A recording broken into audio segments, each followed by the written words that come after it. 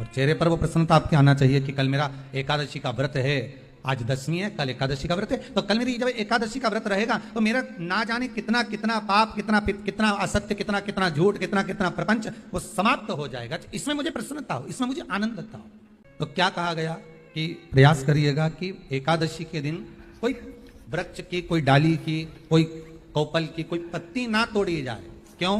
तो कहा अगर उस पत्ती को हम तोड़ देते हैं, वृक्ष की पत्ती को या क्यारे में लगी हुई कोई डाली की पत्ती को हम तोड़ देते हैं तो एकादशी का पुण्य फल प्राप्त नहीं होता। एकादशी का कोई फल हमारे खाते में नहीं जाता, पुण्य फल प्राप्त। अब फिर भले तुम चाहे तुमने मोरधन खाया हो, चाहे तुमने फिर चिप्स खाई हो, चाहे तुमने फिर व्रत का कितना ही सामान खा गए हो और तुमने सोचा कि आज मेरी एकादशी है, तो फिर उसका कोई फल प्राप्त नहीं, उसका कोई सुख प्राप्त नहीं आता, फिर उसका कोई आनंद प्राप्त नहीं आता, फिर उसमें कोई आनंद की अनुभूति आपको नहीं मिलेगी।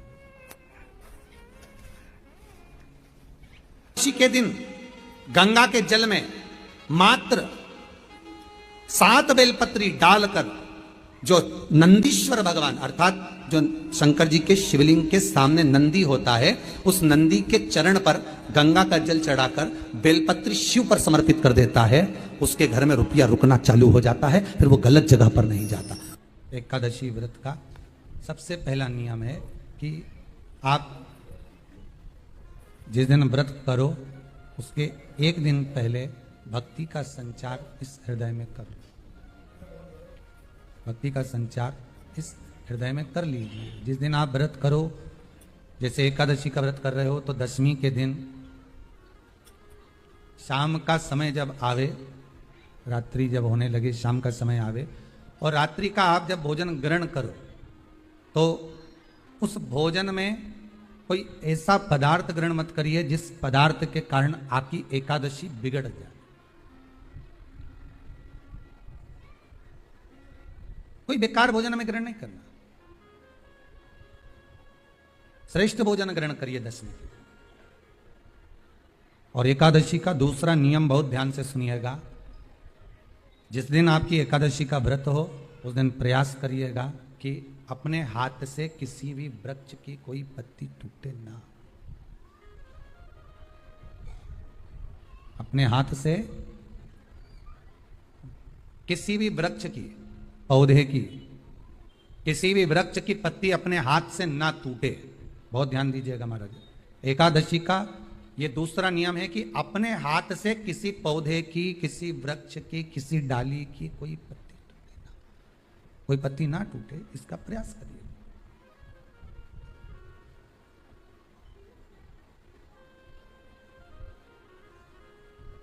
कितना सुंदर व्याख्यान कहा है, कितना सुंदर वर्णन है महाराज। जो पूर्व में किया गया कि मात्र एकादशी का व्रत कर लेने पर, मात्र एकादशी का व्रत कर लेने पर हमारा पाप कर्म है, हमने किसी जीव की हत्या करी है, हमने किसी को कष्ट प्रदान करा है, हमने किसी को अपशब्द कहा है, हमने किसी को ताने दिए, हमने किसी को आड़ा टेढ़ा कहा है, हमने किसी को गालियां दे दी है, मात्र एकादशी का व्रत ही कर लेने पर ये सारे जो दोष हैं वो समाप्त हो जाते हैं।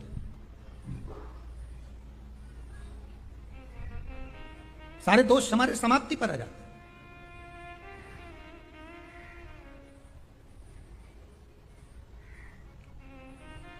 अब एक विचार करिएगा थोड़ा सा अपने मन में, अपने चित्त में, अपनी वृत्ति में एक बात उतारिएगा, एक अपने मन में एक बात को उतार कर रखिएगा कि आप अपने पाप को, अपने पाप कर्म को जिस दिन छिन्न करने वाले हो, समाप्त करने वाले हो, अपने पाप को आप जिस दिन समाप्ति पर लेकर जा रहे हो तो उसके एक दिन पहले आपको प्रसन्नता होना चाहिए कि नहीं होना चाहिए कि कल मेरा पाप कटने वाला है, कल मेरा पाप समाप्त होने वाला है। जो मैंने पाप कर्म करा है वो समाप्त होगा, जो मैंने पाप कर्म करा है वो कल समाप्त हो जाएगा। तो एक दिन पहले आपके चेहरे पर प्रसन्नता हो कि ना हो। बहुत ध्यान से आज की कथा सुनना कि एकादशी का आपके बच्चे पूछेंगे मम्मी हम भगवान विष्णु का दर्शन करते हैं, हम राम जी का दर्शन करते हैं, हम कृष्ण भगवान का दर्शन करते हैं, हम भवानी माता का दर्शन करते हैं, हम शंकर जी का दर्शन करते हैं, हम सारे देवी देवताओं का दर्शन करते हैं, पर ये एकादशी माता तो कभी नजर ही नहीं आती। पूछेंगे कि नहीं पूछेंगे कि तुम जिस एकादशी का व्रत करते हो इनका जन्म कहां से हुआ, कहां जन्मी थी, एकादशी की जन्म स्थली कहां है, भाई भगवान कृष्ण की जन्मस्थली तो मथुरा है, श्री राम जी महाराज की जन्मस्थली बोल दो जम के अयोध्या है।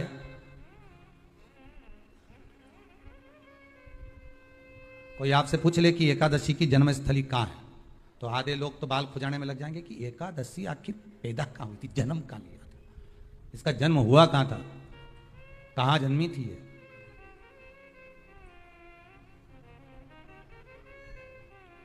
इसका जन्म स्थल है कहां। और अगर मान लो जन्म स्थल एकादशी का है,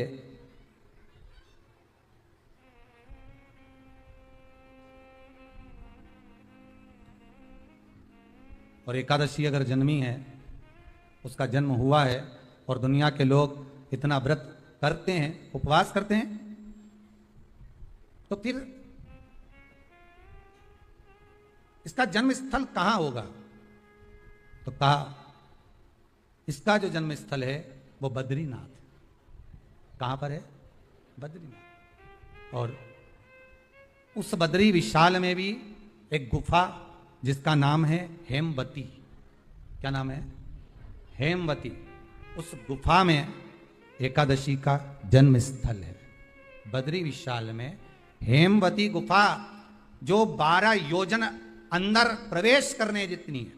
12 योजन की गुफा के अंदर, हेमवती के अंदर एकादशी का प्रगट हुआ था, एकादशी का जन्म हुआ था। अब तो बता सकते हो ना कि कोई पूछे कि राम जी का जन्म अयोध्या में हुआ, भगवान कृष्ण का जन्म मथुरा में हुआ, और कोई पूछ ले आपका जन्म कहां हुआ था, अपन कह सकते हैं सीहोर में हुआ हमारा। और आपसे कोई पूछे कहां हुए, तो कहीं इंदौर में हुए, कि देवास में हुए, कि भोपाल में हुए, कि मुंबई में हुए, कि पुणे में हुए, आपका तो बता दोगे। पर बच्चे आपसे पूछ ले मम्मी तू इतनी एकादशी का व्रत करती है, एकादशी का तू व्रत करती है, और सबको करा देती है कि वल्लभ कुल की एकादशी करो, भले बकरी जैसे चरो पर एकादशी करो, और सबको एकादशी कराया। तो कोई पूछ ले कि एकादशी का जन्म कहां हुआ था, तो आप कह सकते हो कि बद्री विशाल में, हेमावती में, बद्री विशाल के हेमवती गुफा के अंदर, जो 12 योजन की गुफा है, उस गुफा में एकादशी का जन्म हुआ। कब हुआ,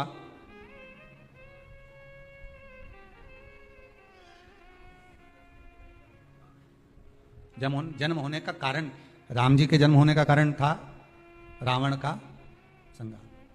भगवान कृष्ण के जन्म होने का कारण था कंस का संहार। नरसिंह भगवान के जन्म होने का कारण, प्रकट होने का कारण था हिरण्यकशिपु का संहार। वराह भगवान के प्रकट होने का कारण था कि पृथ्वी को जल पर लाकर ठहराना, हिरण्याक्ष का संहार। तो फिर इसके जन्म का कारण क्या है, तो कहा इसके जन्म का केवल एक कारण है।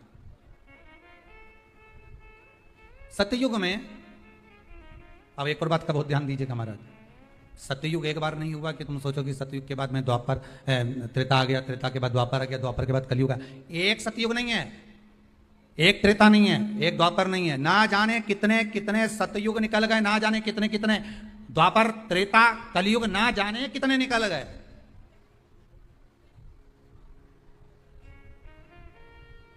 और आप और हम जैसे भी इस पृथ्वी पर ना जाने कितने, अरे जम के तो बोलो, निकल गए। पृथ्वी वहीं की वहीं है, जिस मकान में रहते हो वो मकान भी वहीं की वहीं है, बस कभी कभी एकदम फ्लैट हो जाता है, फिर उस पर वापस बन जाता है, फिर क्लीन, फिर बन गया, फिर क्लीन, फिर बन गया। ना जाने कितने कितने कितने कितने जन्म हम ले चुके हैं, और हमारे भी आगे कितने जन्म होते रहेंगे। जमीन वहीं की वहीं रह जाएगी और अपन चले जाए, बस वो जगह वहीं रहेगी।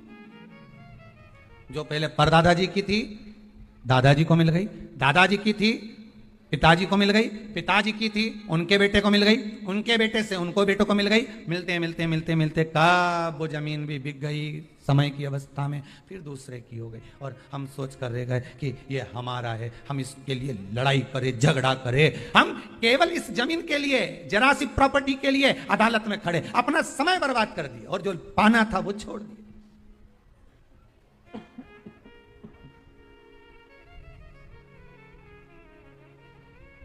जो पाना था वो छोड़ दिया हमने।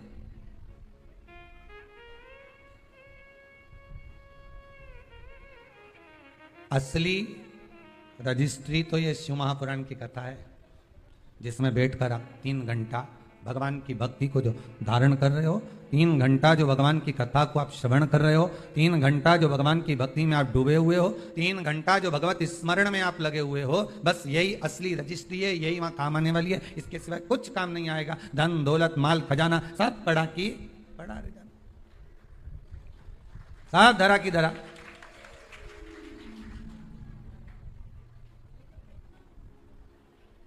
ले गया वो एक लाइन आप लोग स्मरण करते होंगे, सज धज के जिस दिन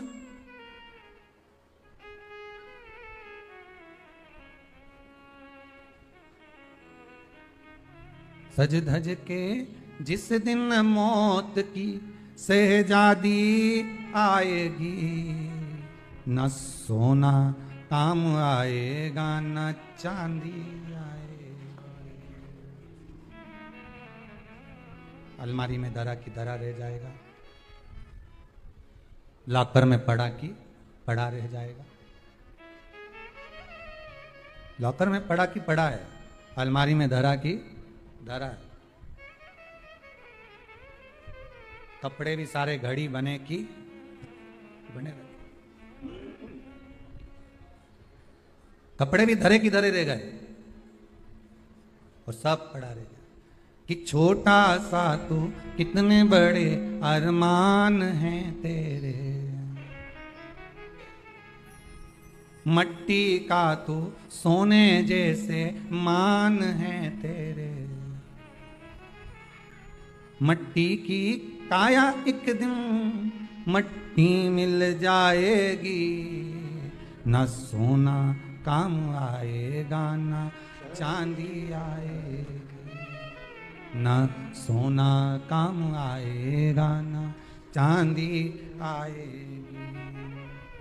सज धज के जिस दिन मौत की शहजादी आएगी, न सोना काम आएगा न चांदी आएगी, न सोना काम आएगा ना चांदी। सब पड़ा रह जाएगा, धरा की धरा रह जाएगा, सब पड़ा की पड़ा रह गया, जी चला गया। जितनी भी माताएं एकादशी का व्रत करती बहुत ध्यान से सुनना आज की कथा, और शायद जिंदगी में मिली ना मिली, और ये कथा का रिश्ता तो बहुत ध्यान से सुनना।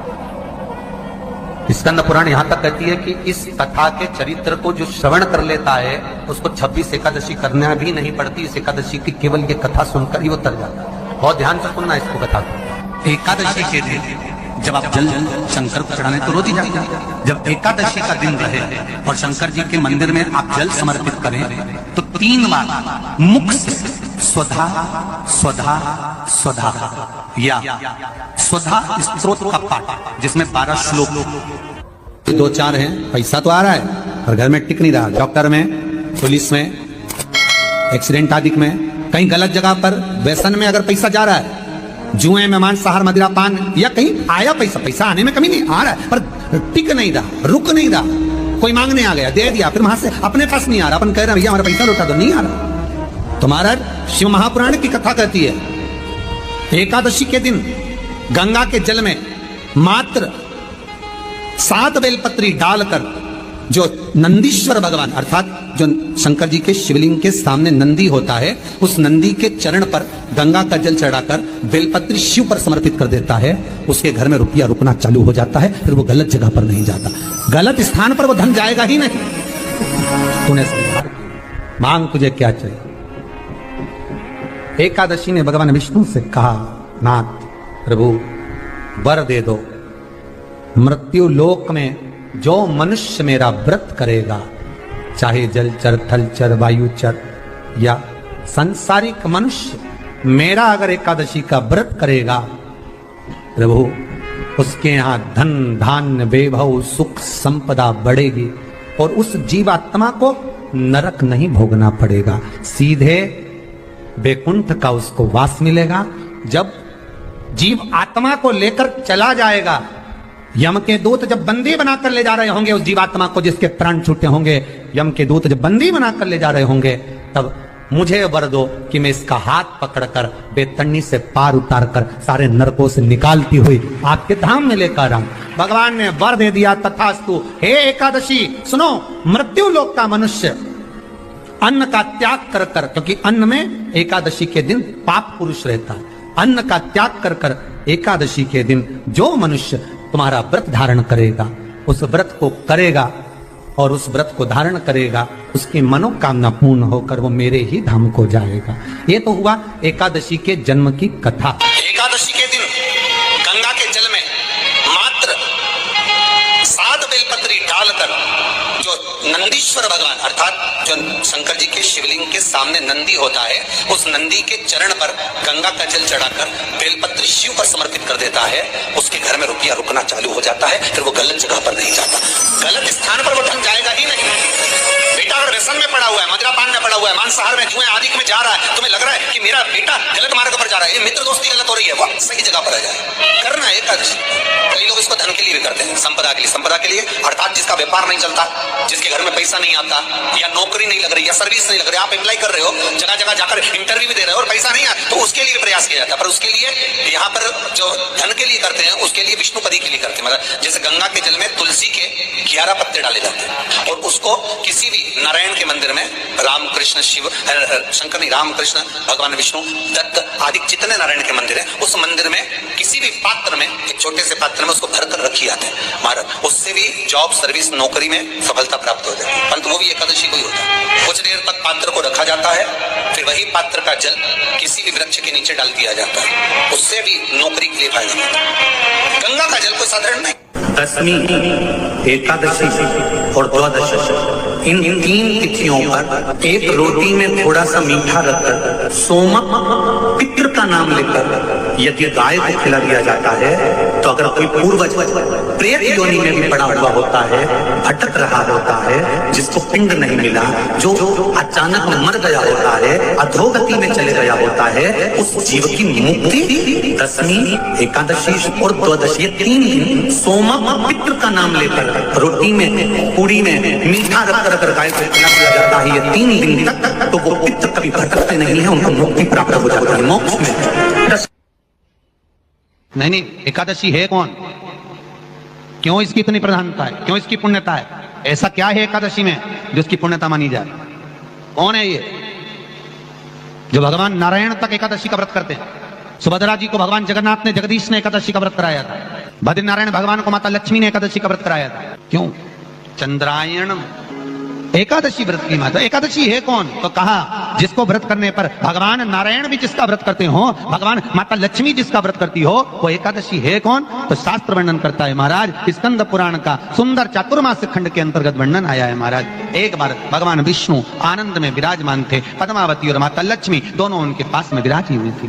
भगवान लक्ष्मी और पद्मावती दोनों बैठी हैं, एक सिर के पास, एक चरण के पास। कुछ समय बाद वहीं पर ब्रह्मदेव का आगमन हुआ और ब्रह्मा जी आगमन पाकर भगवान नारायण पद्मावती से लगकर उठे और उठकर लक्ष्मी की ओर झुके। झुकने पर इन तीनों के समागम से भगवान नारायण के हृदय चित्त से एक कन्या प्रकट हो गई। उस कन्या का नाम एका था। क्या नाम था? एका। अब 10 उसके गुण इतने प्रबल थे, वो 10 गुण उसके बड़े प्रबल थे कि वो एका जिसको निहारती थी उसको संपदावान बना देती थी, जिसको देख लेती थी उसके जीवन में वो आनंद की अनुभूतियां करा देती थी। एका जिस मार्ग से जाती थी उस मार्ग के द्वार खोल देती थी। एका का पुण्य इतना पुण्य प्रखर। पद्मावती और लक्ष्मी ने कहा महाराज ये बेटी आपके द्वारा निर्मित हुई है, इसका कन्यादान करना चाहिए। हमारे यहाँ हिंदू धर्म में रीति है, जिस दिन कन्यादान करा जाता है उस दिन व्रत रखा जाता है। अब आजकल रखते कि रखते मालूम नहीं, और कन्यादान करते समय व्रत रखा जाता है। व्रत रख श्री नमः। एकादशी के दिन कभी तुम बद्रीनाथ चले जाओ, एकादशी के दिन तुम द्वारका चले जाओ, एकादशी के दिन तुम तिरुपति चले जाओ, एकादशी के दिन तुम जगन्नाथ चले जाओ, एकादशी के दिन तुम तुम्हारी मर्जी पड़े भगवान के किसी धाम में चले जाओ और भगवान को भोग लगाओ और उनकी थाली को झांक कर देखना, उसमें चावल जरूर मिलेगा। उसमें ऐसा नहीं कि चावल नहीं मिलेगा।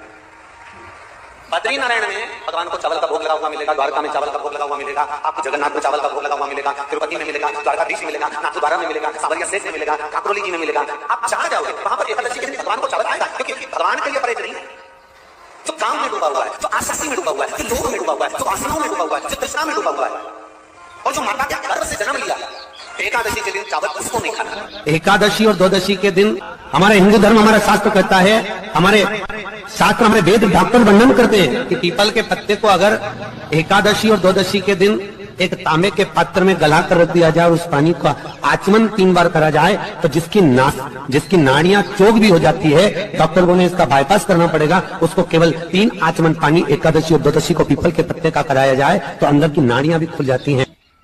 भगवान का एक नाम है अघोर। ब्रह्मा जी को दर्शन दिया, अघोर मतलब सिद्ध नाम। और बहुत ध्यान से सुनना भाई, बहुत प्रयास कर लिया आपने, कामना सिद्ध नहीं हो रही। एक लोटा जल, एक जल का पात्र लीजिए, उस जल के पात्र को लेकर उसमें थोड़ा सा लाल चंदन डालकर बेलपत्री के वृक्ष के नीचे और देवाधिदेव महादेव को चढ़ाना प्रारंभ करें। उसके बाद में एक लोटा जल स्वच्छ फिर शिव जी को, श्री शिवाय नमस्तुभ्यं हम बोलकर आपकी कामना कर भगवान शिव पर अघोरेश्वर महादेव का नाम लेकर आप चढ़ाना प्रारंभ करिए। बाबा आपका कार्य 3 महीने के अंदर पूर्ण कर देगा, सफल। बेलपत्र होते हैं, उसकी इसको छेद तो करते नहीं है, सुई से बेलपत्र की डंडी को बांधते जाओ 108 बेलपत्र की माला बनाना, और माला बनाकर भगवान शंकर के गले में, शंकर के शिवलिंग को जो चढ़ा देता है उसकी मनोकामना भगवान शंकर पूरी कर दे। 108 बेलपत्र की माला बनाकर शंकर भगवान को समर्पित करी जाती है। माता लक्ष्मी ने भगवान विष्णु को पाने के लिए तुलसी की माला बनाकर समर्पित करी थी, जैसे सती ने शिव को पाने के लिए, कामना को पूर्ण करने के लिए। शास्त्र कहता है घर के बुजुर्गों को, घर के बड़ों को, जेठ जेठानी हो, सास ससुर हो, घर में जो तुम्हारी उम्र से बड़ा हो, उसको आज पीला फूल या पीली चने की दाल या पीला वस्त्र, कुछ भी पीली सामग्री आज घर के बड़ों को देना चाहिए। क्यों देना चाहिए? तो शिव महापुराण की कथा कहती है कि जो शुक्ल पक्षी की एकादशी के दिन पीली वस्तु का दान दे देता है, घर के किसी ब्राह्मण को देने नहीं जाना, किसी मंदिर में देने नहीं जाना, आपके ही घर में, आपके ही घर के बड़ों को कोई सी भी पीली चीज का दान कर सकते। फूल हो, मिठाई हो, कोई अनाज हो, कोई वस्त्र हो, पीली वस्तु का दान दे। क्यों होगा? क्या होगा उससे?